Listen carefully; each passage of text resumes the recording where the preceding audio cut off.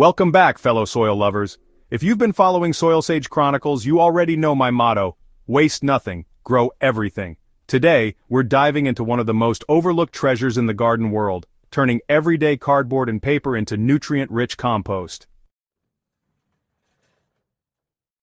You might be surprised how powerful these simple materials can be when transformed the right way. They're everywhere, they're free, and they can fuel your garden's soil life like few other amendments.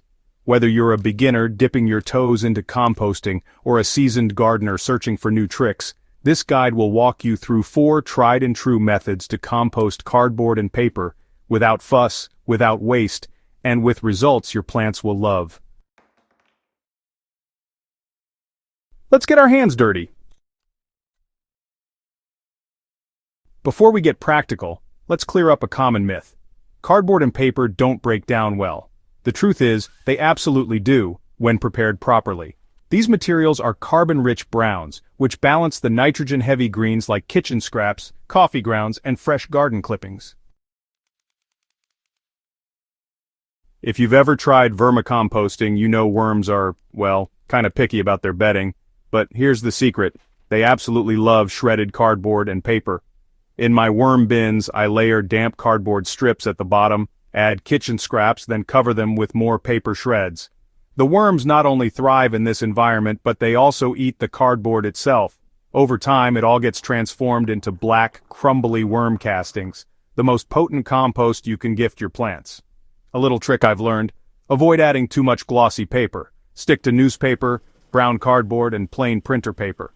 The worms break it down quickly, and it helps regulate moisture in the bin.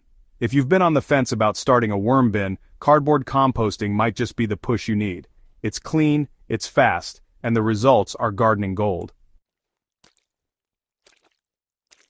This method is both practical and honestly pretty satisfying, laying cardboard or newspaper directly on the soil as mulch. Here's how it works. Spread out sheets of cardboard across your garden paths, between rows, or even around perennials. Wet them down thoroughly, then cover with a thick layer of organic mulch, straw, leaves, wood chips, you name it. What happens next is magic. The cardboard smothers weeds, retains soil moisture, and slowly breaks down, feeding the soil microbes right where your plants need them. It's like composting and mulching rolled into one. Over the years, I've learned a few tricks that make the process smoother. Always tear or shred cardboard for faster decomposition. Avoid waxed, glossy, or colored materials. They can add toxins and slow breakdown. Keep your compost moist but not soggy. Dry cardboard takes ages to break down. Balance is everything. Mix carbon-rich cardboard with plenty of nitrogen-rich greens. If you're just starting out, don't overthink it. Your pile doesn't have to be perfect. Composting is forgiving, and as long as you keep feeding it the right mix, it will reward you with living, fertile soil. Think about it for a second. Every box, bag, or newspaper you recycle into your compost is one less thing heading to the landfill. More importantly, it's one more step toward building the living, breathing soil your garden deserves. Cardboard and paper aren't waste. They're raw material for the future of your soil.